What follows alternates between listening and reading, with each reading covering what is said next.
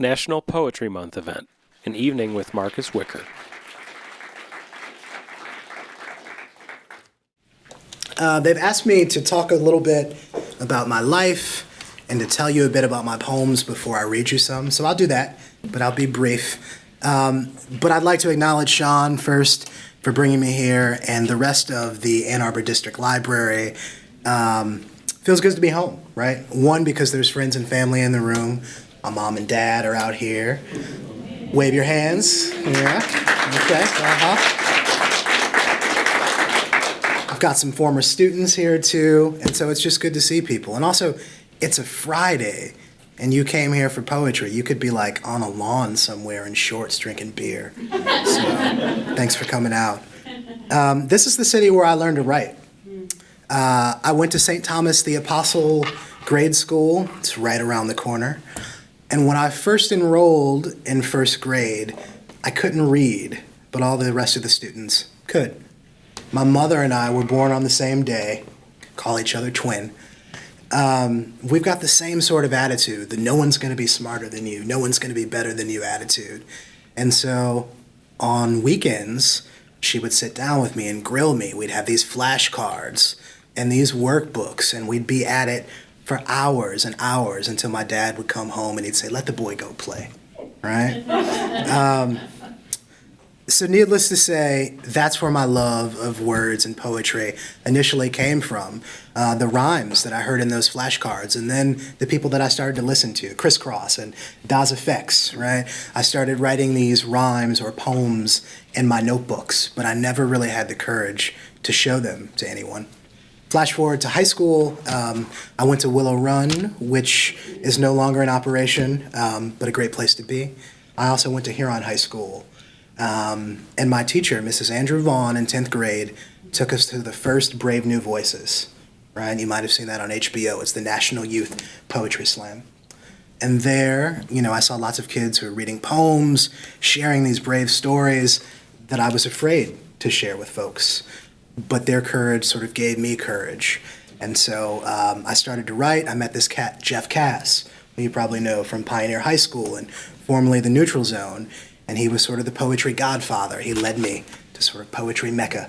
And I worked and I wrote and I wrote and I wrote all through college, even though I was a public law poli-sci major. My second or third year, my focus shifted. I was no longer as interested in the law. I was like writing poems in my constitutional law books. And so I finished at Western Michigan University. Sorry about that. And when I was done, I got this job in marketing, where I wrote a lot for other people. I always say I can't remember if I quit or if I got fired, but I got fired. And so I knew that it wasn't for me. So I took a job selling high-volume auto parts. I'd call Dubai, and try and sell 100 calipers, even though I don't know what a caliper is. And so eventually I just decided, I need to go to school, and I need to go to school for something I love. And so I hit up some professors from Western Michigan. They vouched for me. I ended up at Indiana University, and then things just changed for me. I thought, as a way to talk about my life, I'd read you this brief essay about how I got from book 1 to book 2. My first book may be the saddest thing. It's very influenced by popular culture, masculinity, the difference between love and desire. Silencer is a more socially conscious book, but I wasn't always writing that way. So the essay is called Now You See Me. Back in 2011, I started working on a book I was calling Cul-de-sac Pastoral. The bulk of the collection contained lyric poems about faith, as well as praise poems to and against Midwestern suburbia. Hermetically sealed lawns, oozy sprinkler heads, high-definition televisions, and an ever-shifting, out-of-reach American dream. With a little distance, I've discovered some of that work was birthed from a kind of earnest assimilation, a desire to join a centuries-old chorus of writers riffing eloquent and elevated about pedestrian encounters in league with and against Christian teachings. The way I saw it, I was writing toward an honest dialogue with a creator concerning temporal affections, or the things of this world, as my youth group leader would say to me.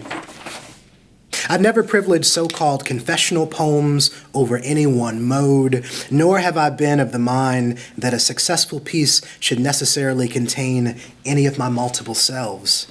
Educator, boxing fan, co-dog owner, hip-hop head, etc. Still, what was missing from those early second book poems was the makeup of me. Son of a small business owner, trades painter, and a self-taught grants administrator, African-American parents who could have been more solidly middle class had they not sacrificed to send my brother and me to St. Thomas the Apostle Catholic School during my formative years. Because I was writing pleas exclusively, not accounting for the ways in which my particular upbringing informs, for instance, a shallow prayer for a suit and tie career, then the guilt-laden B-side where I ask for forgiveness for asking felt a little like lying in a confessional booth. And one sticky, stuck in the first stanza morning, I stopped writing, and I wouldn't write again for 8 months, the longest drought of my life. After my reading at the elite private college, a high-chinned, distinguished white man corners me at the plastic card table where I'm signing broadsides. He stops not to buy a book, but to tell me how disappointed he is to hear that I'm an untruthful writer. He's referring to something that spills out between poems when I'm having a bit of fun with an audience. I lie in my work. It's part of my aesthetic, I say half truthfully, half preemptively, to suggest my I is a slant self that both is and isn't quite me. The truth is, I say this not because every audience feels like family, and I don't always feel supported enough to talk freely about my work with a listener who's a little too interested in trying out their theories of blackness on me. I tell the man, don't take it personally, that I'm a by any means necessary poet, willing to say or try anything on the page to make an argument work. But why are you arguing in the first place, he frowns, and with whom? When Trayvon Martin was gunned down in February of 2012, suddenly my desires and small quips about the Christian concept of sin felt like first world problems to me. I spent months revisiting the thought that there are those of us for whom privileges like quality public education, the right to a fair trial and sentencing are readily attainable. And then there are marginalized groups like African Americans for whom concepts like the American dream are secondary to concerns about inequity and straight up and down safety. I've not forgotten about the legacy of race and racism in this country. Even writing this essay right now, I feel it. It wounds now writing these words, but there's a coping mechanism by which, given the right uniform, the right job title, the right manicured subdivision, one might trick himself into believing that charming and disarming his way out of microaggressions, the art administrator's comment about his good diction, the Walmart patron's "do you work here?" is a kind of privilege. I say privilege as opposed to being choked to death by a cop for loitering while black, recorded on a cell phone video. But all of these stressors weigh on my psyche, so why shouldn't they weigh on my work? Borrowing from Audre Lorde, I started writing again when I was reminded poetry is not a luxury, and neither am I. Books and degrees be damned. A bullet could come for me in a Florida townhouse community or my quiet Memphis ranch.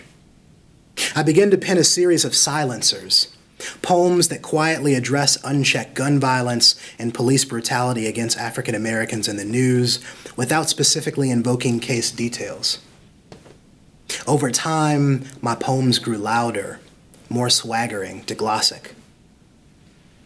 After my reading at the elite private college, but before the book signing, the same high-chin man asks, "Are you aware that when you use slang in your poems, you alienate a large group of readers who take seriously literature?" I tell him, I imagine and hope most of my readers don't look like you or operate from the same level of expectation or privilege. I mean, I really hope I'm not writing for just you. More often than I care to admit, and by way of the skin I'm in, I imagine standing too near a bullet and the shooter walking away scot-free. Sometimes my speakers think through this reality in terms of the problem of evil or theodicy. Sometimes they think through this reality using the I, which is actually me. Sometimes I lie in my poems, and that I is my brother Brian or President Obama, formerly.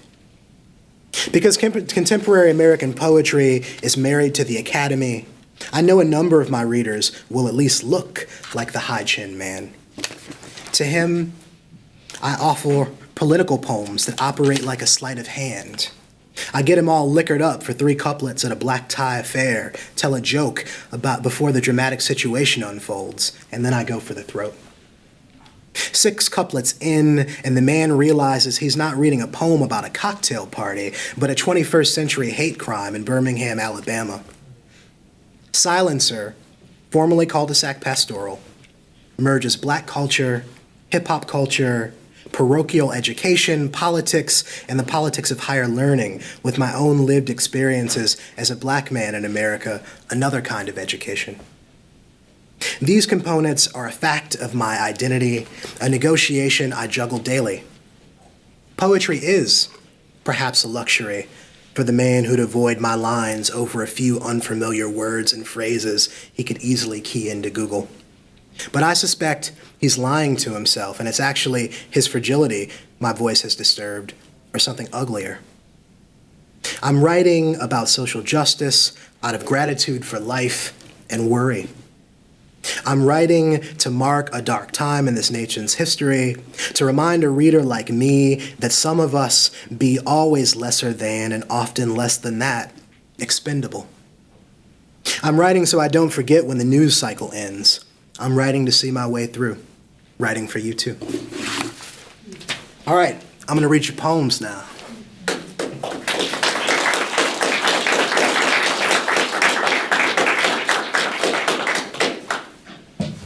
I know you were like, I hope this cat stops reading that damn essay. All right. I mentioned that cocktail party. Some of my friends and some of y'all, I think people assume that writers, like, we just go to elaborate cocktail parties and we sort of carry forth, right? But not all of those cocktail parties are equal. I wrote this poem June 18th, 2015. It's called Watch Us Elocute. So I'm at this party, right? Low light champagne, Michael Bublé, and a gang of loafers I'm forever dancing around in unduly charged conversations. Your favorite accompanist, Bill Evans behind Miles, ever present in few strokes when. Into the room walks this potentially well-meaning waspy woman, obviously from Connecticut money, boasting an extensive background in nonprofit arts management. And without much coaxing from me, really, none at all, she whoops. Gosh, you're just so well-spoken. And I'm like, duh, son. So then we both clink glasses, drink to whatever that was. Naturally, not till the next morning and from under a scalding shower do I shout, yes, ma'am, some of us does talk good. To no one in particular, but the drain holes. No one but the off-white tile grout, the loofah's yellow pores. Because I come from a long braid of dangerous men who learned to talk their way out of small compartments. My own Spartan walls line with their faces. Ellison and Ellington, Langston, Robeson, Frederick Douglass above the bench press at the gym, but to no avail. Without fail, when I'm at the Cross-Eyed Cricket, that's a real diner, it's in Indiana, and some pimple-faced ginger waiter lingers nervous and doth protest too much, it's always, sir, you ever been told you sound like Bryant Gumbel? Which is cute, because he's probably 10. But then sometimes I sit in his twin section, and he once predicted I could do a really wicked impression of Wayne Brady. I know for a fact his name is Jim. I've got Jim's 18th birthday blazed on my bedside calendar. It reads, ass whipping, 12 a.m. And like, actually, that woman from the bi-monthly CV building gala can kick rocks because she's old enough to be my mother and educated, if only by her own appraisal. But boy, dear boys, sweet freckled what's-his-face and dipshit Jim, we can still be play friends. Your folks didn't explain I'd take your trinket praise as teeny blade, a trillionth microaggression against and beneath my skin. Little buddies, that soars on me. I know what you mean, that I must seem safe. But let's get this straight. Let's call a spade a poor choice of words. Ali, I might not be, though. At the very least, a heavyweight throwback, Nat King Cole singing silky and subliminal about the unforgettable model minority. NBC believed Nat and his eloquence could single-handedly defeat Jim Crow. Fact, they were wrong. Of this, I know. And not because they canceled his show in 57 after one season, citing insufficient sponsorship, or because in 1948 the KKK flamed a cross on his LA lawn, but because yesterday, literally yesterday, some simple American citizen, throwback supremacist straight out of Birmingham, 1963, aimed his .45 and emptied the life from 9 black believers at an AME church in Charleston. Among them, a pastor senator, an elderly tenor, beloved librarian, a barber with a business degree who adored his mom and wrote poems about the same age as me. I'm sorry. No, friends, none of us is safe.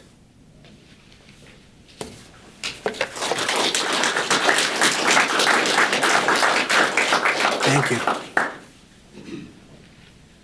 Anybody in here take French?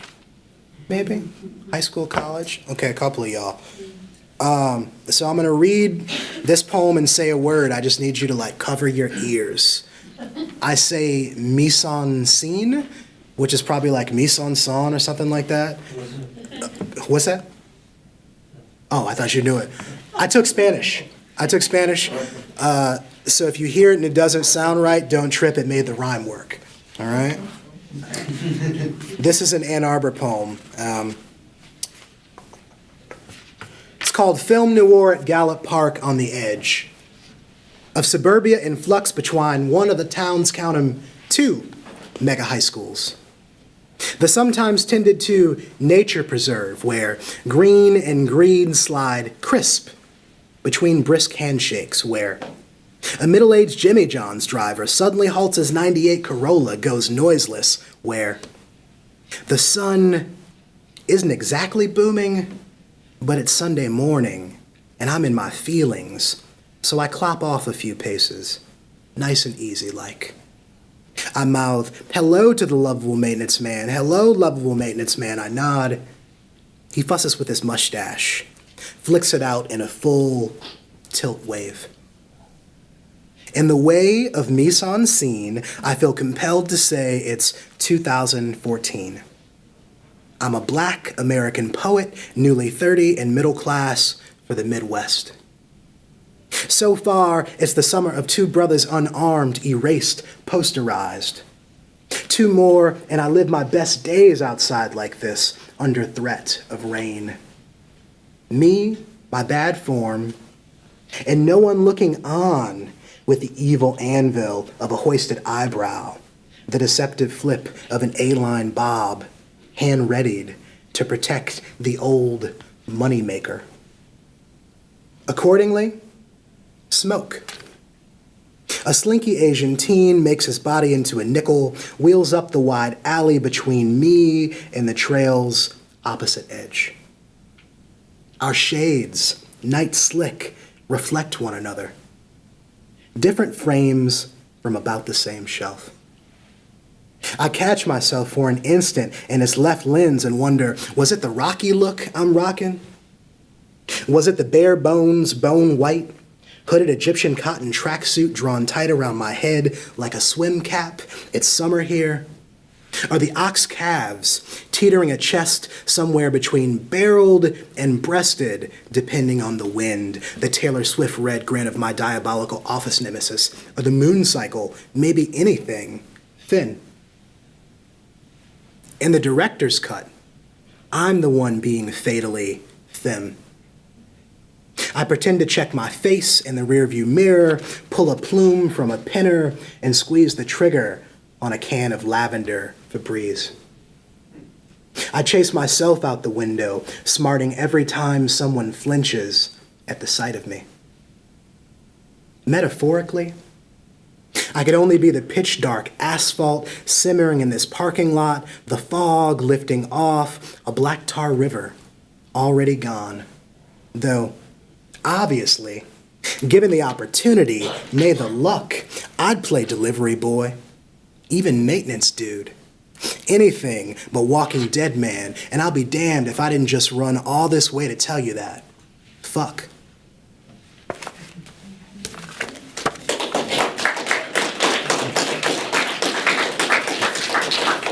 You didn't see that coming, did you? I didn't either. Don't take this wrong, but I'm looking at you, and some of y'all strike me as Will Smith fans. Like at some point you got jiggy with it. I don't know. This is a quote from an interview he did some time ago. Too many people spend money they haven't earned to buy things they don't want to impress people they don't like. And in the context of this interview, as much as I like Will, he was talking about African Americans. And I think that it's deeper than that, right? So this poem is to him. I didn't like what he had to say, so I wrote him this invective. It's called In Defense of Ballin on a Budget. Damn, Will, they got you sounding mighty Uncle Phil in these streets. Like the still calling the kettle one cheap, how where we started from is never done with our undoing. To get the job, always stay starched, creased to death, fresher than the interviewer. Stop acting brand new like you aren't Slick Rick the ruler of this particular Jim Crow era. Like you didn't whip a leased Jeep in '89. Homie, please. The My Box in your blind spot. Go back to that playground in middle-class West Philly when you were kicking silly rhymes trying to king yourself. When rocking a jiggy blazer, paisley, with a snapback seemed like fun. To impress upon the self, I'm someone. Little American sonnet for you. Man.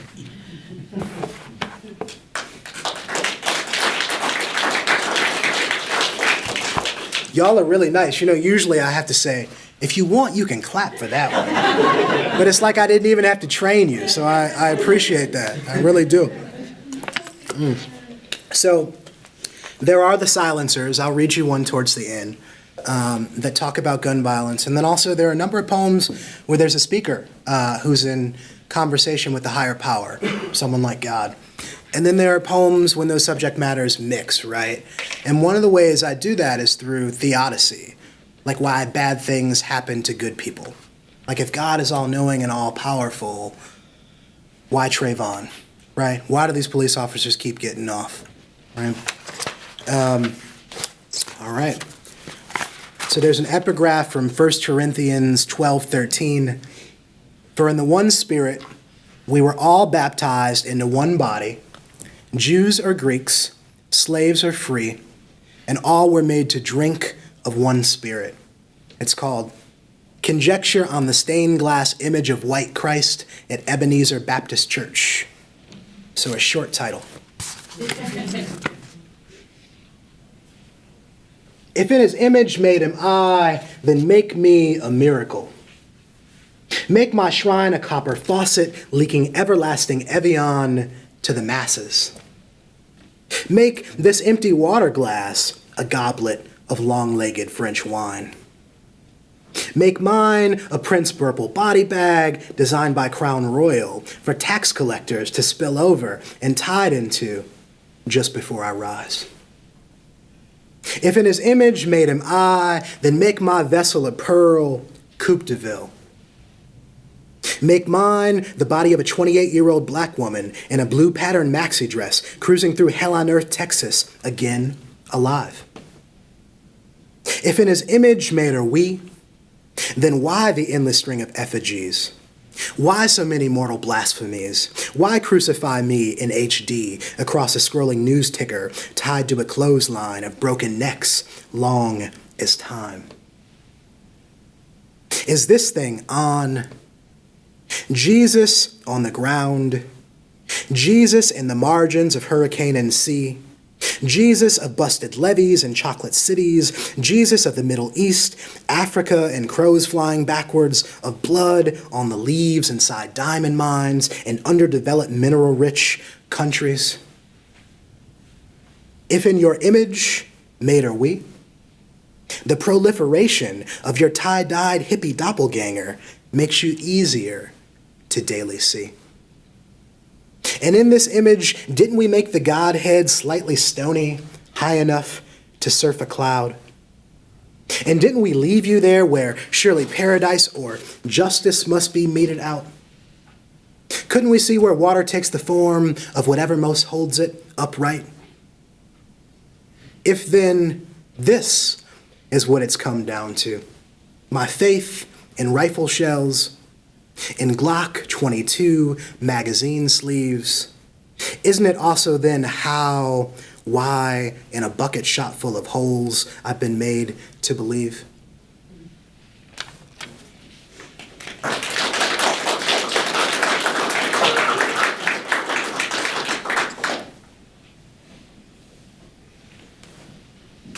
On being told prayer is a crutch. So what if it is? Clear days, I understand it. Molecules scatter azure light from an Innis-feeling sun, and that's why the sky is blue. We know too much, or want to. Not the Bible, but the iPhone tells us so. Devotion doesn't work that way, but it does. Not the path per se for me, though, a trail back to gracefully living with one's light shown toward higher axioms than I can presently see. It's the immediacy of a just thought thundering into a device of my own decided making prayer. You know it as Siri. I call it instant intimacy.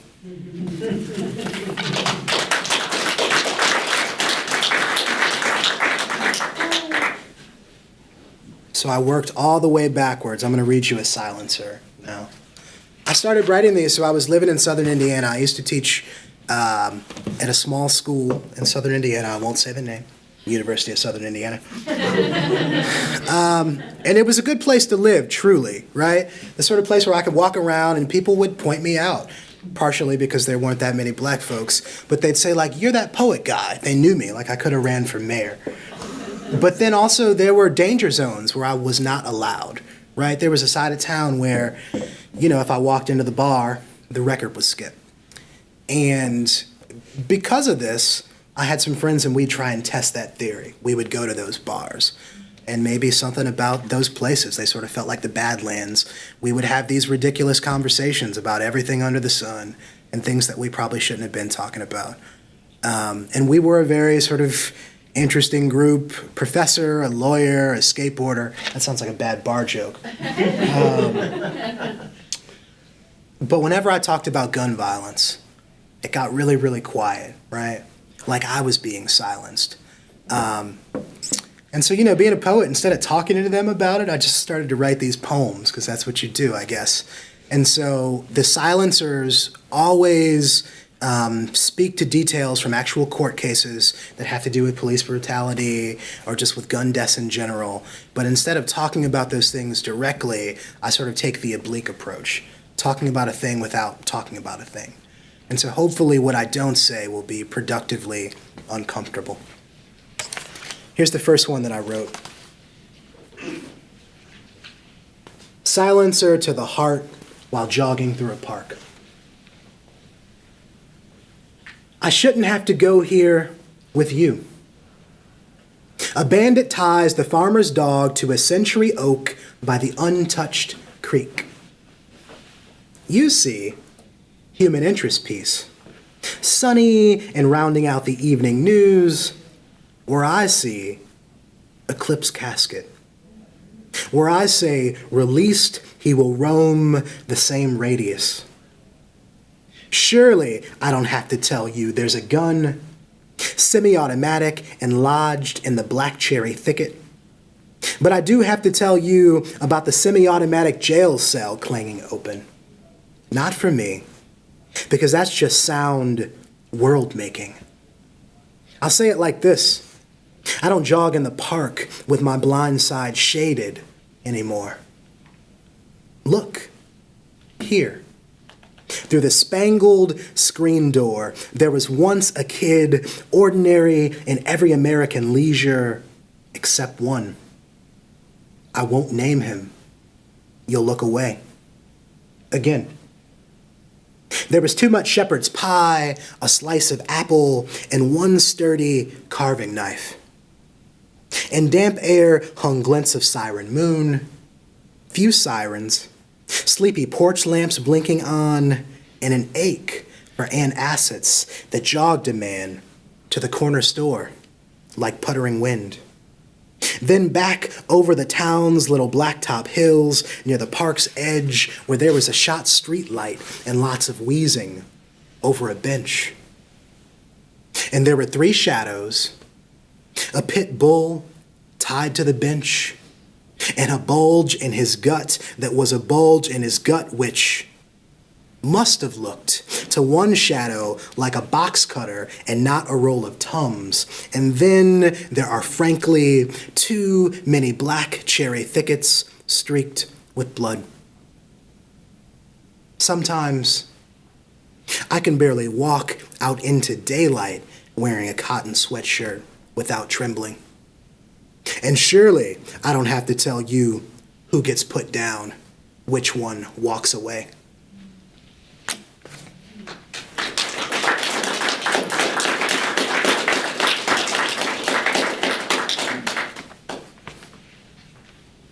I don't know if y'all saw this. Kendrick Lamar just won a Pulitzer, right? I'm a fan, just a fan of hip hop in general, from the start. There are a couple of poems in the book where I sample Kendrick Lamar.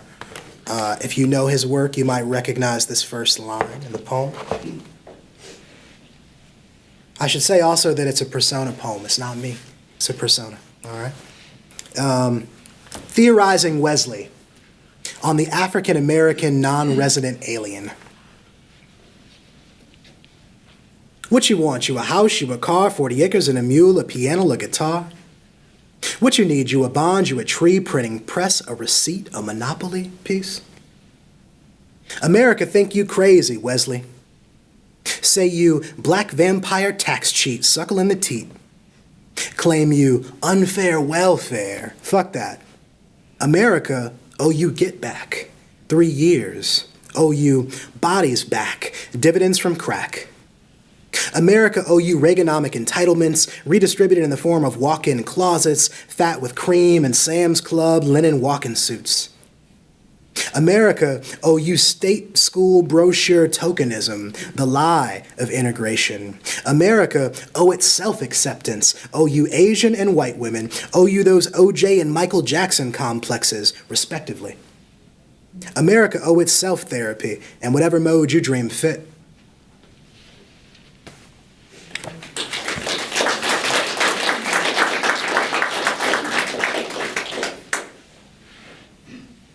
Some of y'all didn't want to clap for that one. That's okay. That's okay. Love you anyway. I'm going to read you two more, and then I'm happy to answer whatever questions you got, all right? Someone once asked me, what's the most difficult poem that you've ever written? And it's this one, for a number of reasons. It's called Ars Poetica. Too late. The path to righteousness gone cold, and everywhere a forked tongue split road, dividing line toward, away toward. The divine unraveling like anise, black licorice in the night. Psych, nothing that dramatic, nothing quite so unpalatable, destitute, but I did leave the church. I kept praise, its utterances. I kept guilt, do unto others, and not much else except you. Please don't worry too much about me. I left a window crack wide, view enough to see myself back in case of fire. I've left frequencies staticky, radios blinking Mayday, Mayday from a gash motherland, kept them flickering my veins like angry light bulb filaments, left errant purposely. I try so hard to be good at mercy, though sometimes a wound is the salve, and besides, harder to forgive the self when I don't always recognize my flaws as ill-intentioned or otherwise. I try you in Taoism, yoga. I've tried expensive whiskey, tried running suicides. I've tried this one blue stone skipped across a transom, tried the joyous nectar residing between several varieties of thighs. I'd try anything to sound a shot heart, my bottomless racket. I'd do anything to live quietly in you, Father, Maker, Mother, Muse. I try so hard, I try. I really do.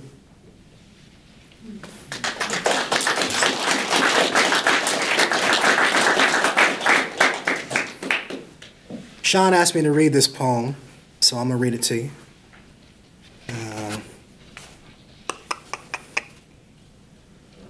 It's called No, I'm not going to read that one. Prayer on Aladdin's Lamp.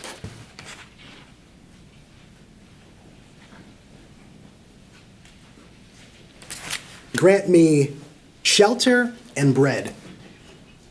Grant me porch ledge, mantle, scented candles, bed. Grant me 4 walls, a 5-foot fridge, and a hall. And maybe 4 more walls, yes. 4 more walls and a desk, and a decent laptop, plus pleather rolling chair, so that I might sit and write you a poem, Lord. A psalm praising all you've given.